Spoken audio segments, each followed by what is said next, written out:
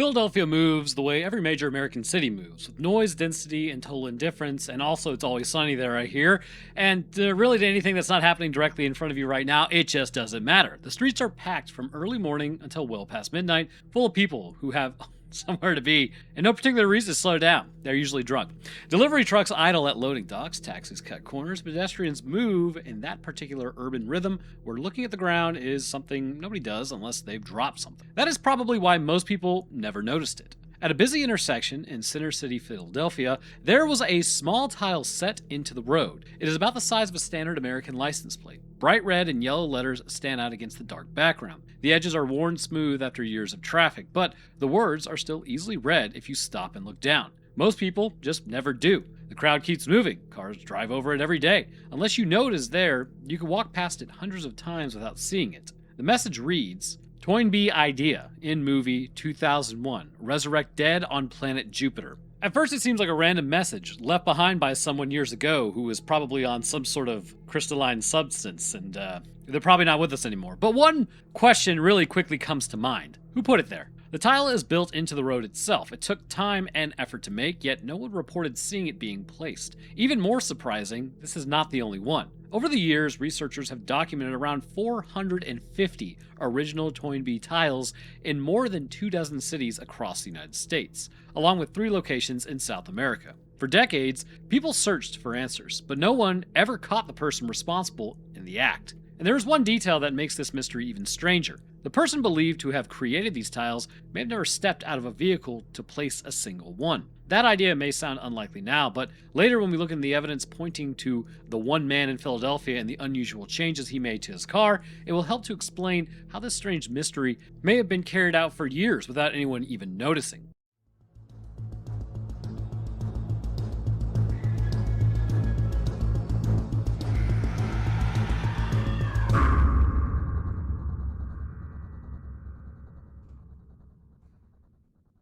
To solve this mystery, you first need to understand what the Toynbee tiles actually are, because once you look closely at how they were made, the engineering behind them reveals something important about the kind of mind that created them, long before you learn anything about the case, because, you gotta start from the beginning, otherwise you just jump into the end, in which case you could probably do that right now, but that would be really lame of you. Each tile is approximately license-sized plate, roughly 6 to 9 inches wide and up to 12 inches long on standard examples, with some larger, elaborate pieces accompanying them. They sit completely flush with the surrounding road surface, which is part of why they went undetected for as many years as they did. They do not rise above the asphalt, they do not interrupt foot traffic, and from the distance at which a person normally looks at the ground while walking, they are nearly invisible. Patches of color in a road, nothing more. Probably a piece of trash. I mean, you are in Philadelphia. You have to stop and look deliberately to see them. And in Philadelphia or New York, nobody stops to look at the ground. Nobody stops at all.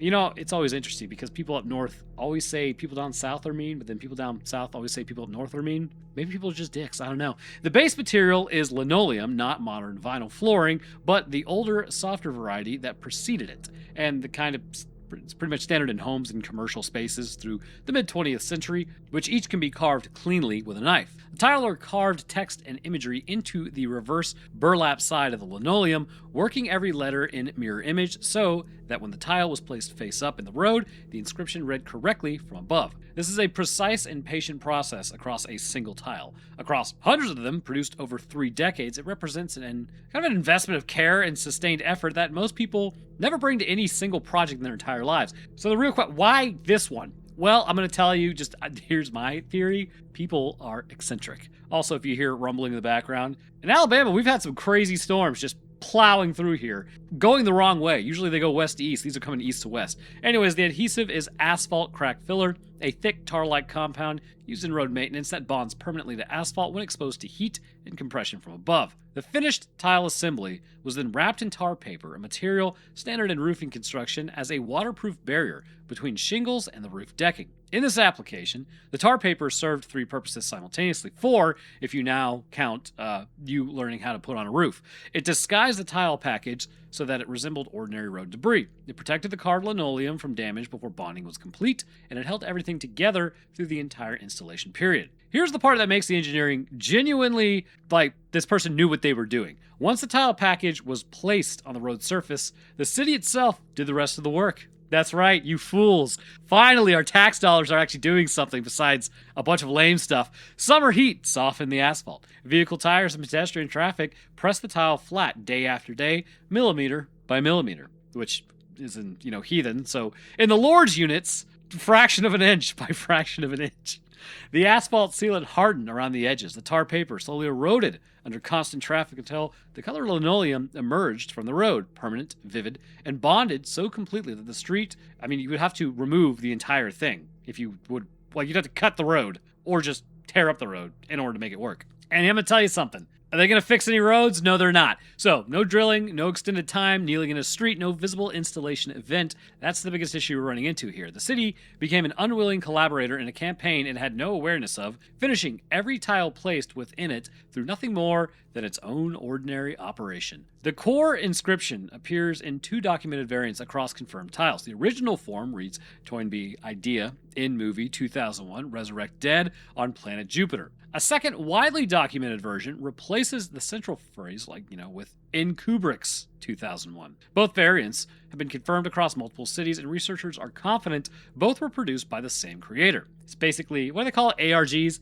It's a real-life ARG. Several original tiles also carry a consistent stylistic detail, a lowercase I, within them. Otherwise, everything's capitalized, kind of like how I ruin my titles. Most notably in Movie, which has a small I, and Jupiter, which has a small I, which researchers have used to help distinguish originals from the growing body of later imitations. Beyond the standard inscription tiles, a significant number of locations also feature what researchers called the manifesto tiles, larger pieces carrying hundreds of words of something far more personal and far more disturbing than the Jupiter message. Those come later in this story, actually, so you should probably watch it. But before we go any further, one fact stands out. Whoever made these tiles was not casually repeating a slogan. They had something specific and urgent to say. They believed that they had every reason to say it, and they were willing to spend decades pressing it into city streets across 2 continents to make sure it was heard. At first glance, the inscription looks confusing, but every word belongs to a real, specific, and internally coherent belief system. That is what reveals the true scale of this effort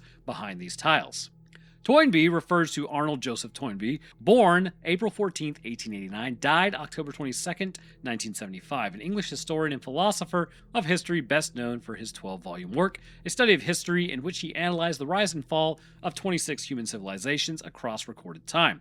Toynbee was not a marginal thinker. He served as research professor of international history at the University of London and as director of studies at Chatham House and Royal Institute of International Affairs. Try saying that 3 times fast. And was also regarded by many of his contemporaries as one of the most serious intellectual voices of the 20th century. His books reached mainstream academic audiences and were widely reviewed by major publications. Probably not the ones, what's the Minotaur book that women are reading now? Anyways, probably not that one, but somewhere inside the vast body of scholarly work, the tile maker found an idea that most readers simply move past. The interpretation reflected across resources and sources connected to the investigation is that Toynbee expressed a view of the afterlife as something not automatic, not divinely guaranteed, but something that humanity must actively construct through civilizational will, deliberate effort, and science. Which means, I don't know about you, but that we're all boned, because I don't think we've done that yet.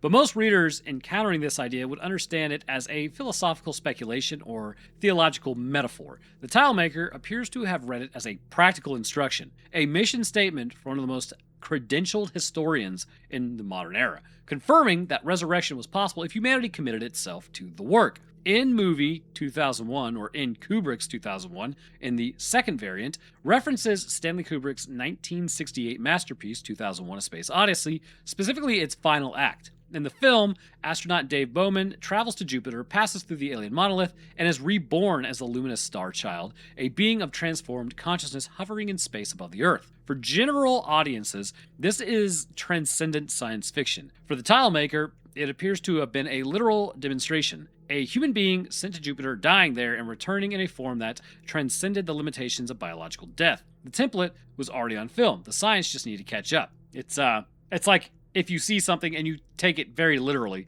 That appears to be what this tile maker did. There is a third literary layer worth noting here, though. Ray Bradbury published a short story called The Toynbee Convector in Playboy magazine in 1984. That's right. 1984, Playboy magazine. You read it for the articles. Later, collecting it in 1988 anthology of the same title. The story follows a time traveler who returns from the future to inspire his contemporaries to build a better world. The problem was, when it was in the Playboy magazine, those pages were stuck together. A lone figure carrying a message from what could be delivered back to civilization not yet ready to receive it. The connection to the tiles is interpretive rather than directly confirmed, but the structural parallel is precise enough that researchers have consistently included it in their analyses of the tile maker's possible intellectual sources. Put these three elements together. Toynbee's idea of the afterlife must be human-made. Kubrick's imagery of death and rebirth at Jupiter, and Bradbury's archetype of the lone messenger who refuses to stop. And the tiles become legible as something other than eccentricity. That's right, you should say that. That is a tough word. This was a belief system assembled from real sources, held with complete conviction, and delivered through the only medium that nobody could take away from the person who held it. The first documented public record in print connecting this ideology to a named individual did not come from someone discovering a tile embedded in a road, though. It came from a phone call to a newspaper column. On March 13, 1983, the Philadelphia Inquirer published a piece by journalist Clark DeLeon under the title, "Theories, Want to Run That By Me Again?" The headline signals exactly what DeLeon had made of the call, which had come from a man identifying himself as James Morosco, a Philadelphia social worker who said he represented an organization called the Minority Association. Morosco described the mission, basically to DeLeon, with complete seriousness and without any apparent awareness that it would be read as unusual. I'm just going to go ahead and break in here like I always do. The big thing about unusual things is people are unusual. And if you find other unusual people and you start talking to each other about unusual things, eventually those unusual things just become quite usual. And then you're like, well, yeah, everybody would think this. So, yeah, typically if you are in an echo chamber, things that are unusual then become very usual. So that's basically my point there. Anyway, so this guy has a pretty clutch plan. The plan was to colonize Jupiter by resurrecting the dead of Earth on that planet. Now, you may be asking yourself, seems like a bad idea, right? I mean, if we resurrect people on Jupiter, they're just going to go to the core and be crushed. Well, don't worry. It'll work. And that's all I have to say about that. The intellectual foundation was Arnold Toynbee and Stanley Kubrick's 2001 A Space Odyssey. The organization advancing this mission was the Minority Association, a group that, based on everything investigators have since been able to really establish, had approximately 4 members. There you go. 4 guys sitting around talking to each other about a whole bunch of stuff. But don't worry, as you could tell by the runtime, this is going to get a lot deeper. So DeLeon then printed the call as a brief curiosity, the kind of item that fills a column when reality delivers something too strange to ignore, but too odd to really pursue further. No significant follow-up came from any media outlet. The Minority Association reportedly contacted other newspapers and television talk shows with its ideas. They were dismissed or ignored at virtually every door they knocked on, and it dissolved within a few years of the 1983 column without leaving any lasting public presence. Because, I don't know about you, but like you can go to a corner on Seattle and listen to somebody say pretty much the similar thing. Unless they're working with them too, in which case, I mean, we don't know who we may. Anyways, DeLeon's column was not, however, the first time the voice behind the message had reached for the airwaves. These guys would have loved YouTube. Investigators later established that around 1980, a caller using the name James Morosco had connected with a late-night national radio program delivering the Jupiter resurrection theory with the same complete seriousness he would later bring to DeLeon's column. The call gained a particular significance in retrospect because of what may have grown from it. Playwright David Mamet, or is it Mamet? Good old Mamet, in 1985, published a short play titled 4 a.m. as part of his collection Goldberg Street, in which a late-night radio host fields a call from a man insisting that the government should gather the bodies of the dead and then send them to Jupiter for reconstitution. Mamet then maintained the play was entirely fictional. Whether the real late-night call or Mamet's play was connected to anything more than coincidence has never really been confirmed, but investigators working the Tiles case have noted that the structural parallel is too precise to dismiss without at least some examination. But the Tiles, they keep on appearing. Through the remainder of the 1980s and into the 1990s, installations continued, patient, methodical, and completely unobserved. Every tile placed at a busy intersection with traffic would press it deep in, it's not like, summer heat would also then bond it tight. The city was cooperating with a campaign it had no idea existed. The person behind it had apparently concluded that the ground beneath people's feet was the only broadcast medium still available to them. The full geographic spread of the Toynbee Tiles is the part of this story that demands the biggest explanation and remains the hardest to actually explain. I know, blueballed a little bit. Philadelphia's is just the confirmed origin point, I guess is the best way to put it. Established across all serious investigative work, the earliest known tiles are there, the densest concentration remains there, and every significant thread eventually leads back to that city. But from Philadelphia, the campaign spread outward. Pittsburgh, Cleveland, Cincinnati, Washington, D.C., New York City, Boston, Chicago, Kansas City, St. Louis, not Huntsville, Alabama, but there's other cities. By the time researchers conducted comprehensive documentation surveys in the early 2010s, around 450 original tiles have been confirmed across more than 24 American cities. And then there are the South American tiles. Confirmed original Toynbee tiles, not imitations, not copycat work, but examples consistent with materials and techniques with the Philadelphia originals. They have been documented in 3 South American cities: Buenos Aires, Argentina, Rio de Janeiro, Brazil, and Santiago, Chile. Someone took this mission across, well, kind of across the ocean. They could have walked there, to be honest with you, but it would have been a difficult walk. I believe it's south of Panama that the tropical rainforest gets real bad. That's why we can't put any really road or highway out there. The Pan American Highway doesn't work. So one of those South American tiles, the one in Santiago, Chile, contained a specific embedded detail that would eventually become the single most important piece of evidence the entire investigation ever produced. We are not at that moment yet, so stick around. But the path to it matters as much as the discovery itself. The tiles were installed predominantly in the summer months, as you might expect, because if you put them in the winter months, they're just going to break off. This would exploit high asphalt temperatures that accelerated the bonding between the package and road surface beneath it. It means the campaign was planned seasonally. Materials prepared months in advance, locations selected with care, timing calculated around weather conditions that most people really never consider. And this was not impulse. This was not long-range operations sustained over 3 decades by a commitment that borders on the devotional by 4 people. Through the late 1980s, through the entire 1990s, into the early 2000s, nobody reported watching a single tile being placed. Not one witness, not one security camera image, not one construction worker noticing someone kneeling at an intersection after dark. Just the tiles themselves, discovered by people who happened to look down at the right corner at the right day. The tiles received their first mainstream media recognition by 1994, more than a decade after they had begun appearing, which by that time, there were confirmed examples existing in Philadelphia, New York, and Washington, D.C. Even then, coverage was, kind of fragmented. Individual journalists noted strange markings in the city's roads without connecting them across cities as a unified, decades-long campaign.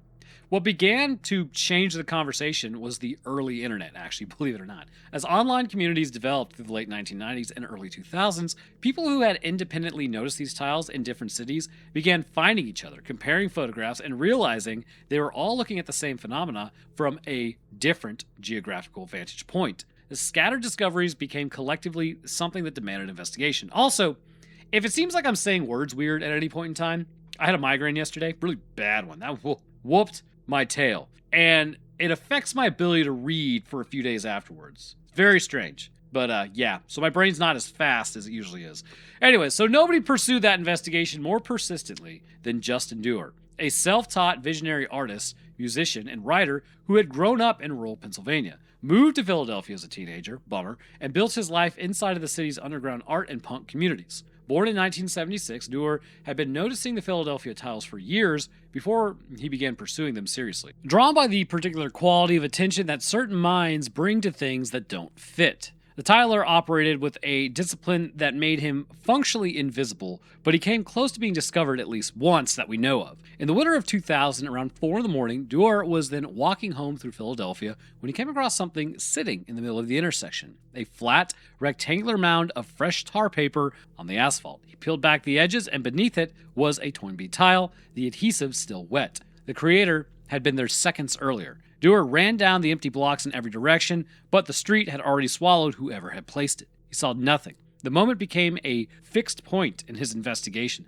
the closest anyone on record has come to actually witnessing the act of the installation. By the mid 2000s, his investigation had accumulated enough depth to demand an audience, much like me when I'm taken out by the Michigan Dogman in June of 2027. On September 23rd, 2006, NPR's Weekend Edition Saturday aired a segment titled Toynbee Tiles Mystery Resurrected in Philly, profiling doers' work and connecting tile locations in New York, Washington, D.C., Chicago, Rio de Janeiro, and Buenos Aires in a single national broadcast for the first time. For most of the country, this was the first they'd even heard of the Toynbee Tiles, and it had brought a national audience to a mystery that had been hiding in plain sight beneath American feet for over 20 years, and American by North Americans and South Americans. Dewar kept working. He was building towards something much larger. In 2011, filmmaker John Foy released Resurrect Dead, The Mystery of the Toynbee Tiles, a feature documentary following Dewar's multi-year investigation from street-level observation to something approaching a formal identification of a suspect. The film premiered at the Sundance Film Festival, where it won U.S. Documentary Directing Award, one of the festival's most significant documentary honors, and a recognition that places decades-long urban mystery before the widest audience it had ever reached. The film is not sensationalized. It is slow, methodical, and honest about where the evidence leads and where it stops short of certainty. Dewar and his collaborators, including Colin Smith, who co-produced and co-starred, traced physical evidence across multiple cities, reviewed documents connected to the Minority Association, interviewed Philadelphia residents with possible knowledge of suspects, which I'm sure is difficult to, find because Philadelphia, and followed a paper trail that began with a 1983 newspaper column and ended somewhere that nobody had predicted that it would ever end up, at least from the start. What the documentary appears to have done almost immediately after it releases is cause the tiles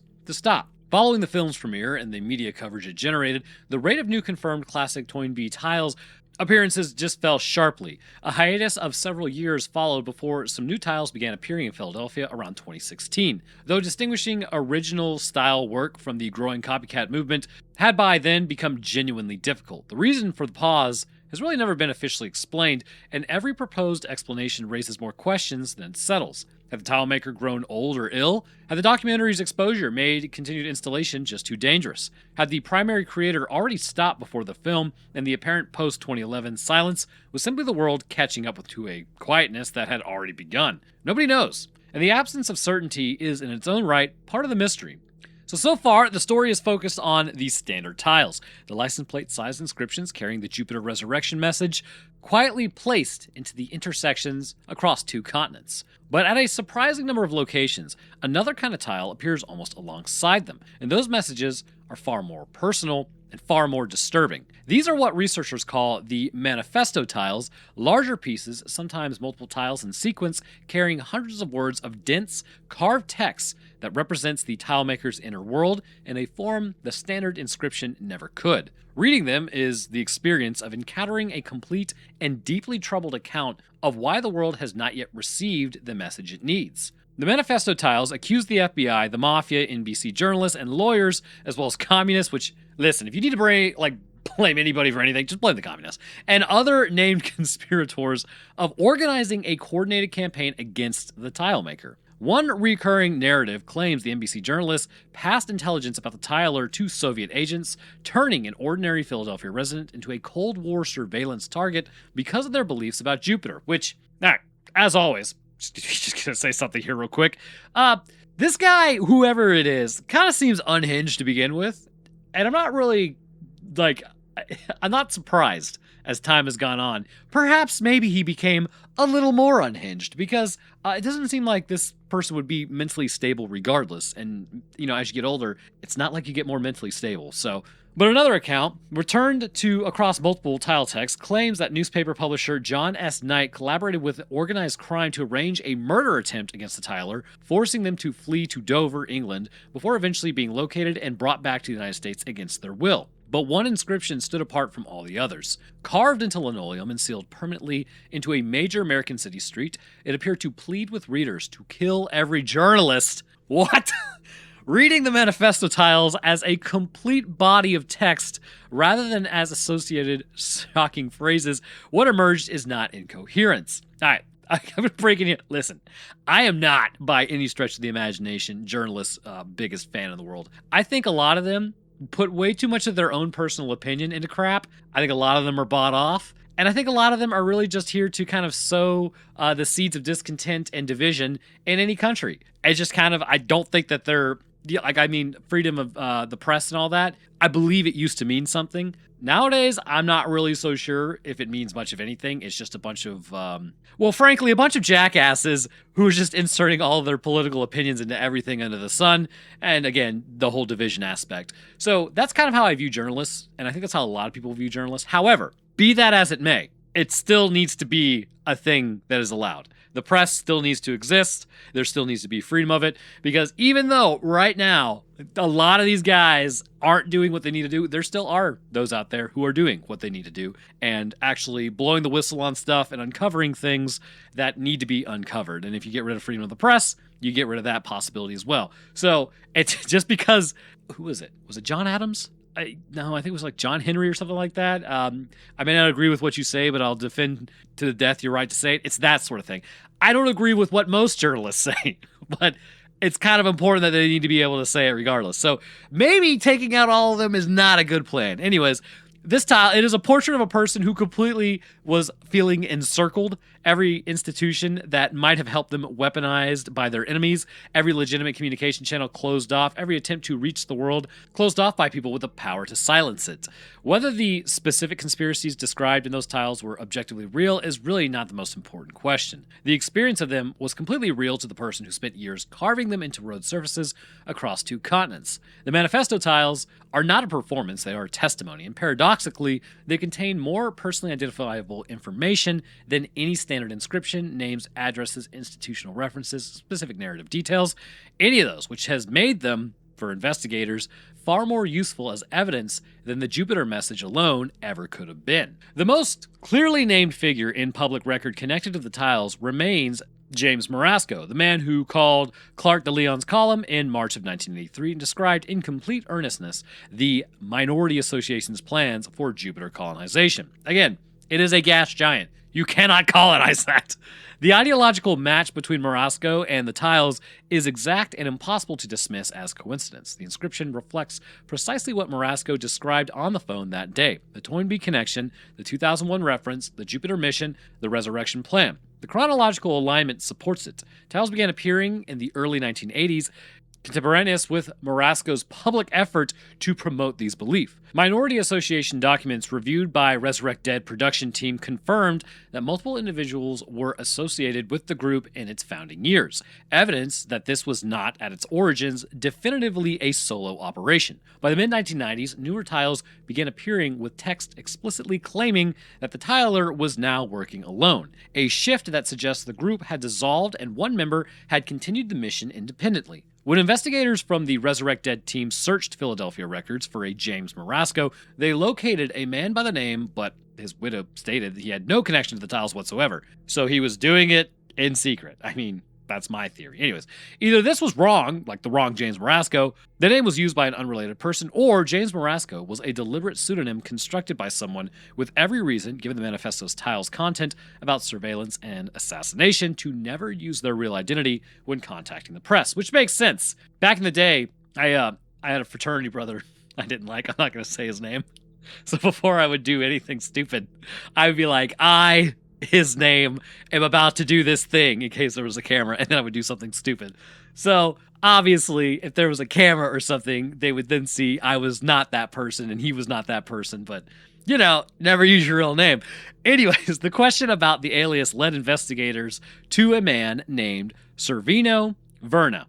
The story now circles back to where it began. The RESURRECT Dead documentary and Justin Neur's investigation ultimately converged on a reclusive Philadelphia man named Servino Sevi Verna as the most probable creator of the Toynbee Tiles and the most likely person behind the name James Marasco. The evidence is entirely circumstantial, but there's no confession, there's no forensic match, no legal proceedings of any kind.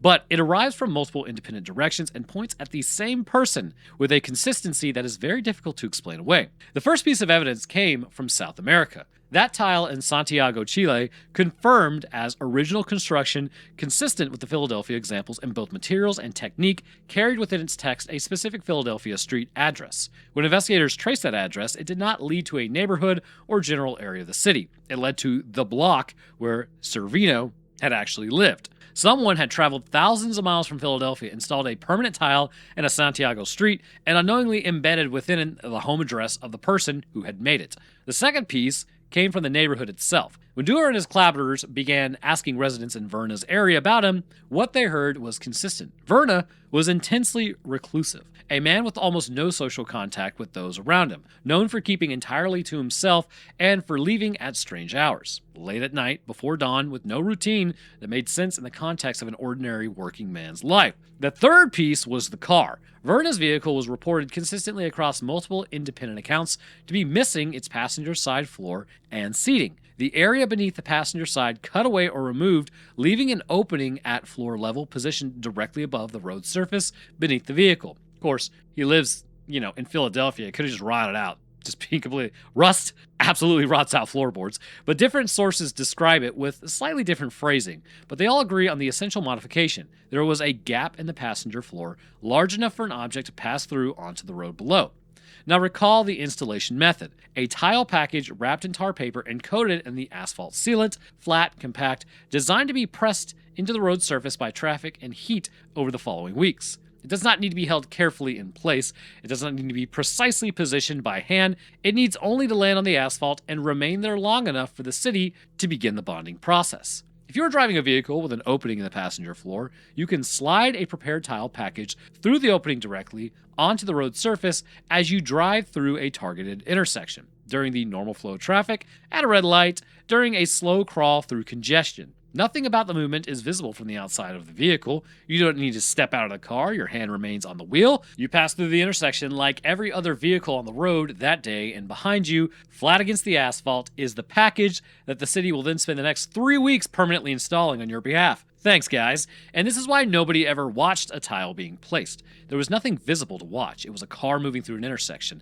the most ordinary event in any American city. That's why I point at cars all the time, and I know they're up to something. No, it's not paranoid. And a flat package setting quietly on the asphalt behind it. In spring of 2007, Dewar believes he came face-to-face with Verna for the first and only time. He was riding a bus through South Philadelphia when an older man matching Verna's description boarded and sat directly in front of him. The man rode in silence, visibly locked inward in a way that Dewar later described as unmistakable. What does that mean? He didn't want to talk to him. I'm pretty sure in most cities, people are inwardly focused. Anyways, when they reached the stop near Verna's boarded up home, both men stepped off. They locked eyes briefly on the sidewalk, a moment of mutual recognition that Dewar has described as carrying weight that needed no words. Aware of the deep paranoia documented across the manifesto tiles and unwilling to destroy whatever deliberate invisibility the man had maintained for decades, Dewar made the conscious choice not to force a confrontation. He let the man walk away in the dark. It was the closest the investigation ever physically came to the person at the center of it. The filmmakers behind RESURRECT Dead have consistently declined to make any unqualified public identification beyond what the documentary itself presents, and critically, Sereno Verna's current status, his whereabouts, his health, and whether he is still alive has never really been publicly confirmed by any credible source. The trail ends at his name. The question it leaves behind does not. The tiles did not remain contained within the mystery of their origin. The method and the something of the message, I guess, found other hands.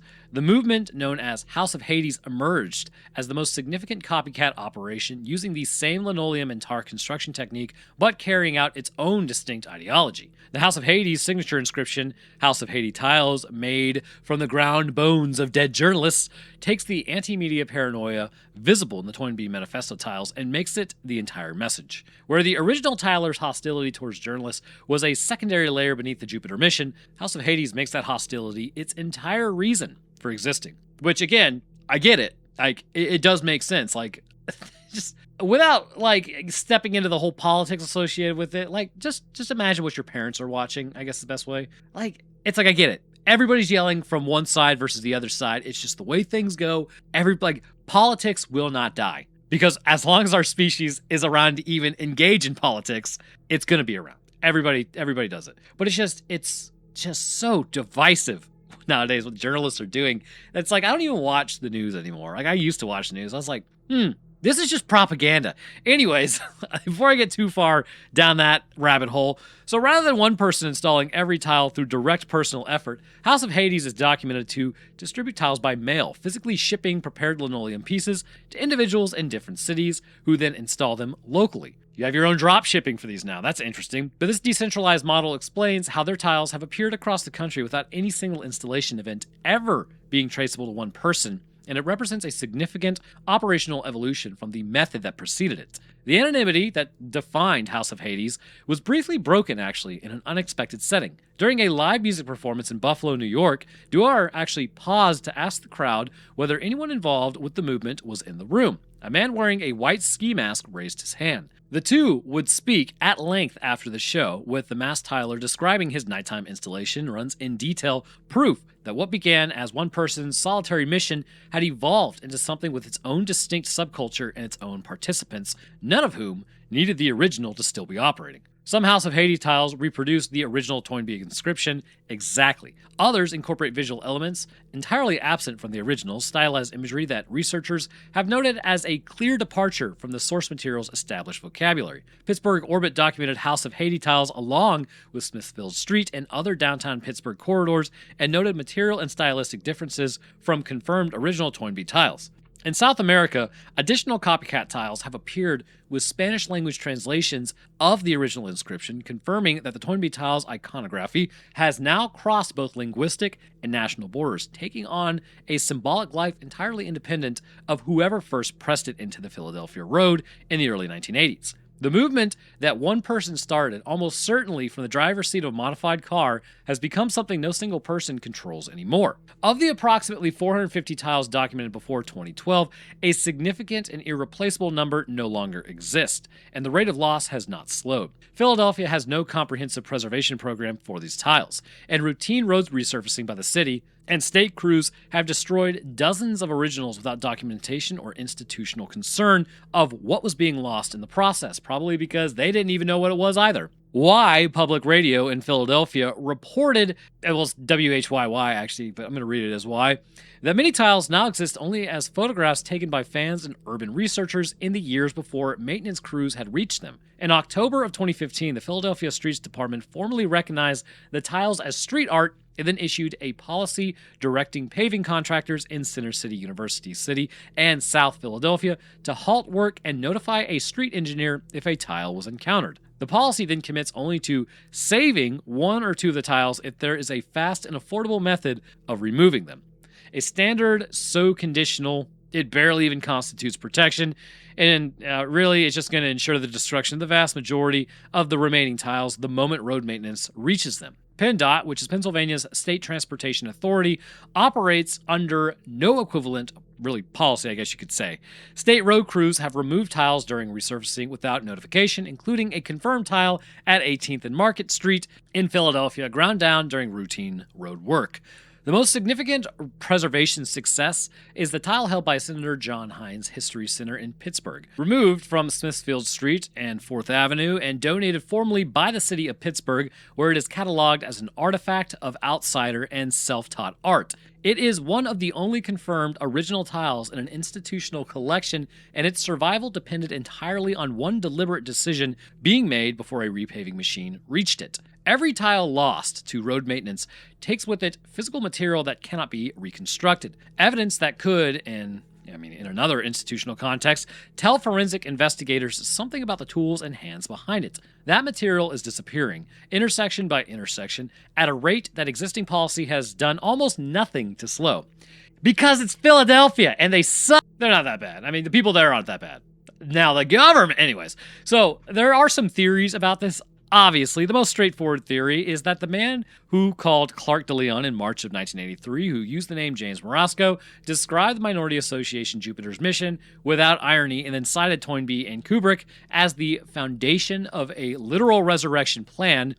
I know, right? Was the tile maker himself, operating from total and genuine conviction. Now, it may seem like I'm making fun of these people. I'm not. My brain just... I'm not going to sit here and say I understand everybody in the world. There are very eccentric people, but I think my brain sometimes just doesn't understand what other people are doing. Anyways, so the ideological match is exact. The chronological alignment is tight, and the behavior of someone simultaneously pressing messages into the city streets and calling newspapers to describe those same ideas is entirely consistent with a person who believes they are delivering urgent truth through every available channel at once. The weakness is that James Marasco investigators located in Philadelphia records have had a widow in front of them who then denied any connection to the tiles, leaving three equally unsatisfying possibilities. The wrong man, a common name shared by a separate unrelated individual, or a pseudonym deliberately constructed by someone determined to remain untraceable. None of those really close the question, and none of them really rule out a man named Marasco as the genuine ideological author of the campaign. The second theory, and this is pretty much the working conclusion of the Resurrect Dead investigation and the theory best supported by physical evidence, the Santiago tile address tracing to Verna's block, the modified passenger side vehicle floor, the reclusive nocturnal habits, and the geographical concentration of tiles around his neighborhood all arrive from independent directions and converge on the same person, right? Which, if you thought everybody was coming to take you out, including Soviet, what do they call them? KGB? Why would you do that? Anyways, under this theory, James Marasco was a deliberately constructed alias that Verna used when engaging the press, a name that let him promote the minority association without exposing his real identity, and that explains cleanly why investigators could not locate a James Marasco matching the 1983 caller, because James Marasco never legally existed. The weakness is fundamental and cannot be argued away, though, which is a problem. All evidence is circumstantial. No forensic confirmation exists. No confession is on record. Duar's claimed encounter with Verna remains unverifiable beyond his own account. It was his documentary, though. And Verna's current status remains publicly unknown, meaning neither formal confirmation nor permanent foreclosure of the question has really occurred through any verifiable channel. And this is the most evidentially supported theory available, but it is still just a hypothesis. Minority association document, which is the third theory, confirmed basically that multiple individuals were associated with the group during its founding years, meaning the tiles may have begun as a collective effort before becoming one person's solitary continuation. The mid-1990s shift towards explicit single authorship claims in the tile text, I guess you could say, which would mark the moment the organization dissolved and one remaining member refused to let the mission die with it. Also, I need to stop saying, I guess you could say, because there's really no point saying that. It's filler words. Anyways, this theory most directly addresses the South American question. A small network with contacts in Buenos Aires, Rio de Janeiro, and Santiago offer a more logistically coherent explanation for international tiles than the assumption of one reclusive man crossing oceans alone with prepared linoleum packages. Under this reading, the isolation and paranoia in the late manifesto tiles may reflect in part the loneliness of being the last one still committed after everyone else had already stopped. The fourth one is just straight up mental illness. The manifesto tiles, their persecution narratives, their named institutional conspirators, their accounts of Soviet intelligence involvements, mob assassination attempts, and forced exile are behaviorally consistent with persecutory ideation, a documented pattern associated with several psychiatric conditions. Researchers who have studied the tiles at close range consistently note, however, that the campaign required sustained technical competence, long-range seasonal planning, decades of methodical execution, and operational discipline that produced zero witnesses across 30-plus years. These are not capacities compatible with severe untreated psychosis. The most honest picture is probably someone operating at the margins of mainstream cognition, highly capable, possibly paranoid, absolutely committed, and genuinely convinced that the survival of humanity depended on the message arriving, which means if somebody is that convinced that there is a possibility that we could just resurrect on Jupiter as long as we put the technology, what if it's true? In which case, we're screwed. Anyway, so the fifth theory is that this is just straight up a performative hoax. A minority view holds that the tiles were always an intentional conceptual art project designed to generate precisely the obsessive investigative response that has in fact occurred, the mystery itself being the intended artistic outcome. Look at ARGs. This is not the first time in human history that these things have happened.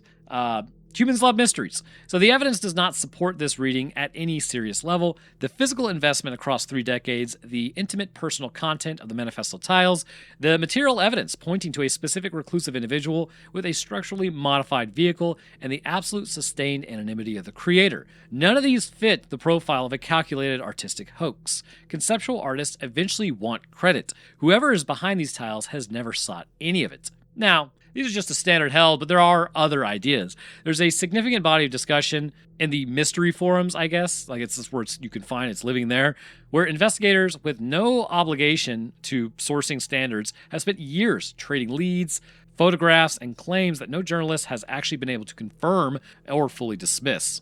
Some of it almost certainly is wrong. It's just somebody shitposting. Some of it may be pointing at something real. All of it reflects the particular obsession this mystery generates in people who encounter it. And this guy, you're going to love his name. One of the most discussed red herrings in the online community involves a man known locally as Julius Paroli, nicknamed Railroad Joe, who allegedly owned the Philadelphia property that eventually led investigators toward Verna. According to the accounts circulated in Toynbee research forums, Paroli had actually worked for Conrail during those years when the tile installations were spreading across the country, and a mapping of his activity rail lines reportedly mirrored almost precisely every American city where a confirmed Toynbee tile was later found. The theory gained further texture from a claim that Paroli had also worked a shipping route connected to a telescope being transported to an observatory in Chile, which would explain the South American installations without requiring any of the minority association's members to actually cross the oceans personally. It felt by the accounts of people who followed it like a breakthrough. That is, until it wasn't. Julius Paroli died in March of 1987, while fresh tiles continued to appear for decades after his death. Whatever parallel his movements drew in the tile geography, he could not have been responsible for what came after him. The online consensus settled on the explanation that whoever came next, whether Verna or someone else, moved into the property Paroli had occupied and continued the mission from there. Maybe a ghost is telling them this, I don't know. But the trail didn't belong to Joe. It belonged to the man who came after him. No primary source documentation of Paroli has been independently verified, and the name itself has raised skepticism, Railroad Joe, among more rigorous researchers. But the theory remains one of the most elaborately constructed dead ends the online community has ever produced. Euless Fleming and the signed document, a second claim which was circulating in forum discussions, involves a shortwave radio listener named Euless Fleming, who is said to have come forward during or after the Resurrect Dead investigation, which is kind of important, with a packet of literature he received from the Minority Association's P.O. Box following a pirate broadcast he heard in 1979. According to the account, the pages laid out the Jupiter colonization plan in detail under the Marasco name, standard enough for the Minority Association, but one page allegedly contained a critical error. The author had signed it with his real name, Severino Verna. If true, this would constitute the only direct documentary link between the alias and the man, transforming the entire case from circumstantial to confirmed. That is precisely why serious researchers have treated it with caution.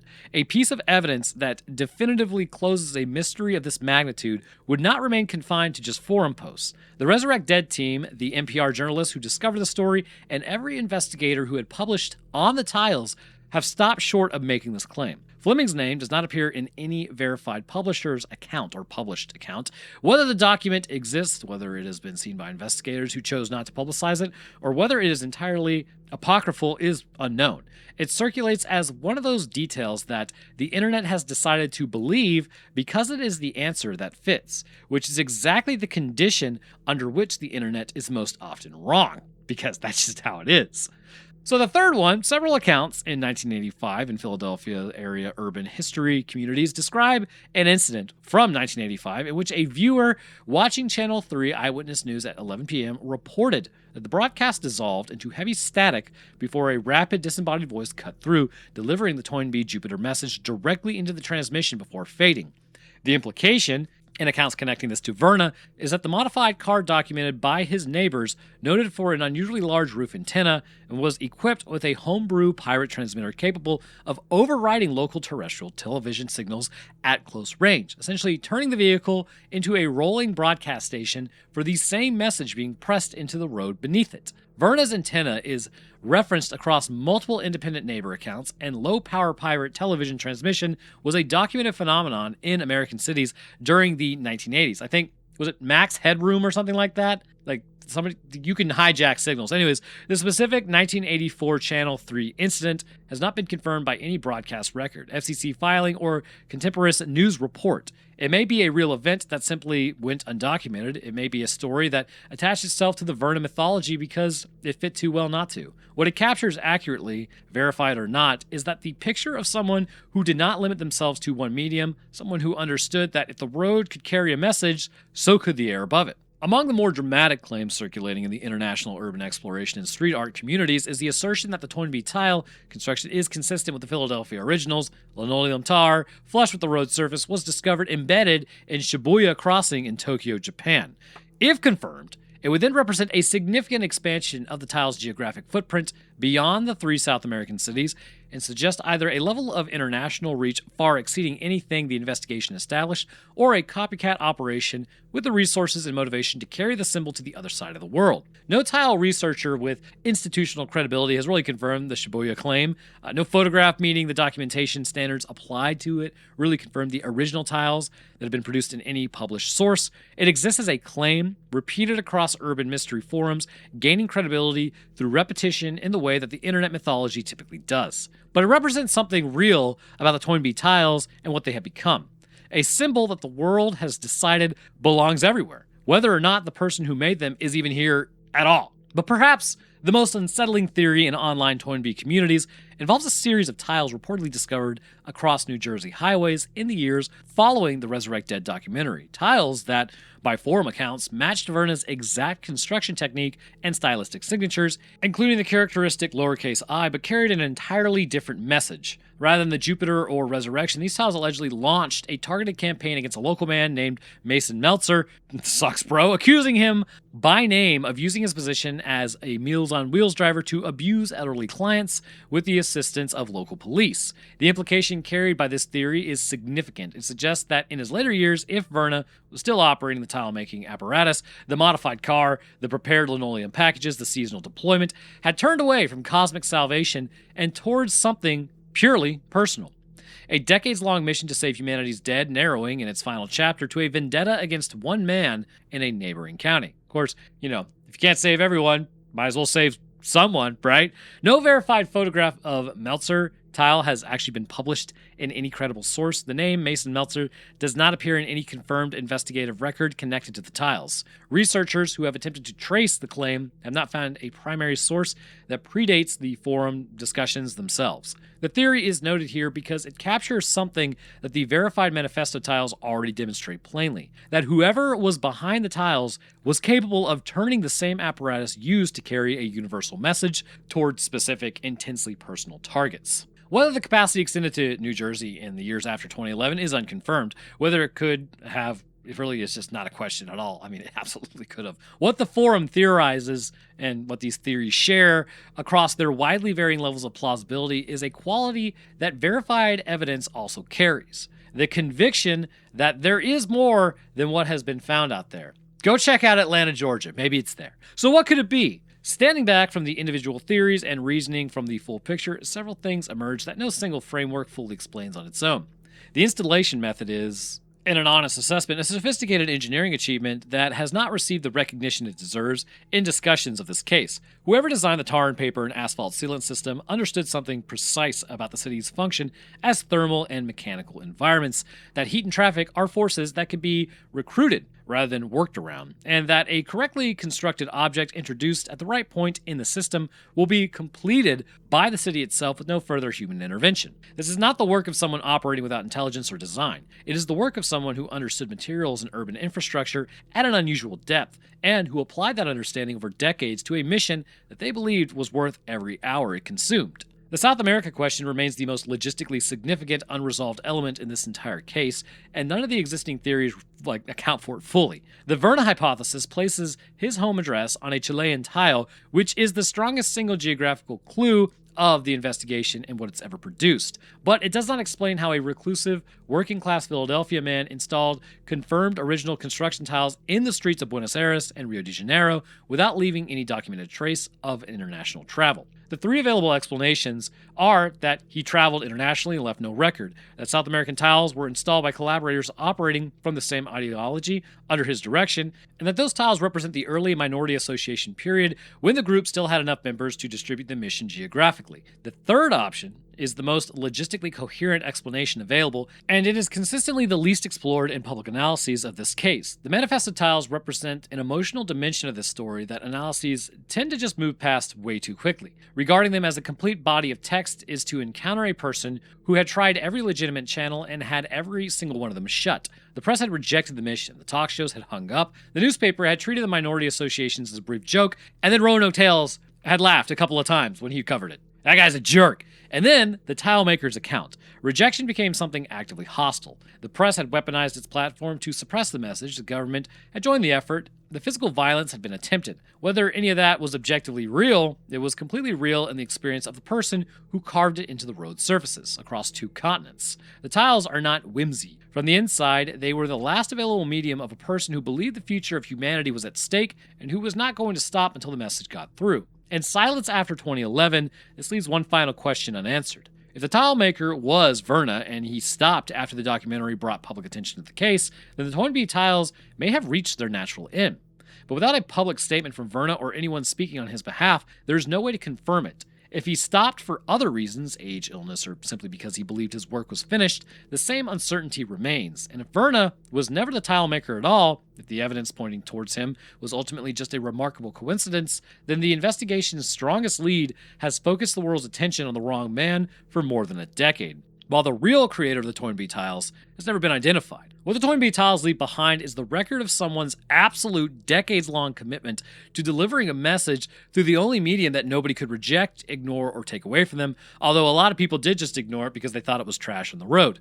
Which, speaking of the road, the medium was the road itself. They built the deliberate mechanism from roofing materials, the road sealant, drove through city intersections until the ground carried their words, and did all of it without leaving a single witness across 30 years of continuous effort. I mean, that's kind of impressive. The tiles are still being destroyed by repaving crews who didn't know or don't care what they're grinding up. Original examples are disappearing from intersections where they've existed for decades, lost to the fresh asphalt without documentation or ceremony. Somewhere in Philadelphia right now, there may be a tile that nobody has found yet, bonded to an intersection polished smooth by years of traffic, still carrying the same message it has always carried, waiting for someone to stop walking and look down at the ground beneath their feet. All right, so I always like to break in here at the end. What do I believe about this entire situation? Well, if my opinion matters, which my opinion doesn't matter any more than your opinion on it, to be honest with you, then I think it was probably started by one guy who did have something to say, and probably mentally there may have been some things going on. Just because you may struggle with certain things in life, as far as like maybe some psychosis, bipolarism, that type of deal, that doesn't mean that you're just like screaming in the streets at traffic signs, you know? Most of the time, it just means that you're dealing with a condition, but your brain is still fully operational. Now, I live in Huntsville, Alabama. I don't know if that's doxing myself or not, but there are a lot of engineers out here, like a ton of engineers.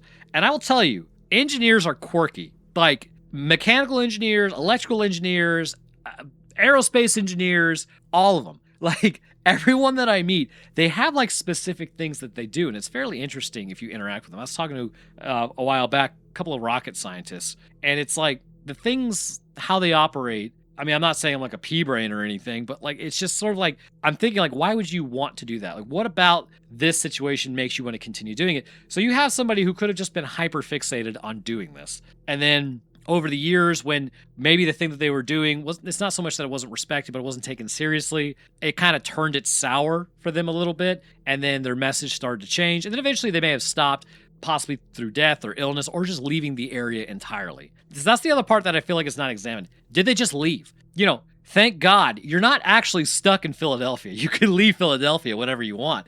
But the thing is that if you just leave the area, somebody could just be working, like if they're still alive, working on it just elsewhere. It just hasn't really been identified yet. Because if it took that many people that long to even realize these were in the road, go to like another city. Go to maybe a bigger city where less people want to focus on it or don't even focus on it at all. It's just one of those things where it could have easily moved and that person is still alive doing the same thing. It's just in a different area. As for South America, I mean, how are you really supposed to know if somebody copycats, right? In some cases you can because the art style changes so completely that it's like, okay, yeah. But if we're just really basing it off a lowercase I as being like, there's the calling card, that's not that hard to do. Just make a lowercase I. So it's like you could do a complete copycat situation. Now, why would somebody want to do it?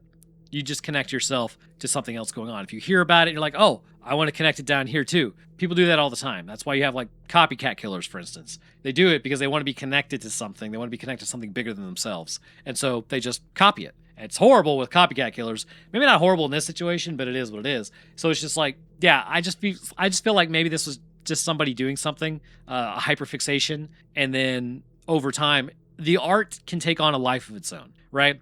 What is it called? Oh, there's like a phrase for this.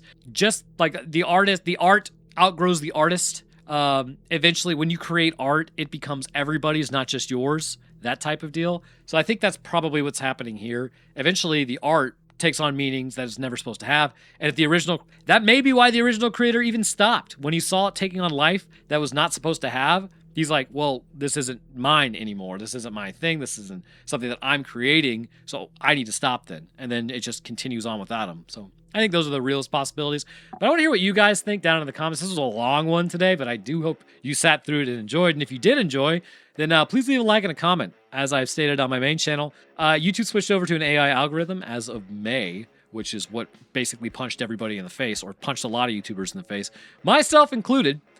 So that does help if you like and comment and all that. If you did also really enjoy and want to see more of this, subscribe is a great way to stay up to date when I post. I'll drop my Twitter, Discord, Patreon, Instagram, and Roanoke Gaming link in the description. And speaking of patrons, I'd like to thank mine real quick. At the Literal Wendigo tier, we have Gradius, Monkeyman, Scrungle, Invictus Echo, Drake Von Lord, and Teacher. Thank you guys for your awesome support. At the Eyewitness Event tier, we have Beaver Laga, Dragon Master Knight, Hope Blighton, and Need Extra Lives. At the first-hand accounts tier, we have Acidity, and at the second-hand accounts tier, we have Troy and Pouches. And to the rest of my patrons, I really do appreciate y'all's support as well, because a long way towards helping out. Keeps, lights running, cats fed, which, as long as the cats are fed, they don't eat me, so it's fantastic. But anyways, thank you guys for watching, and I will see y'all in the next one.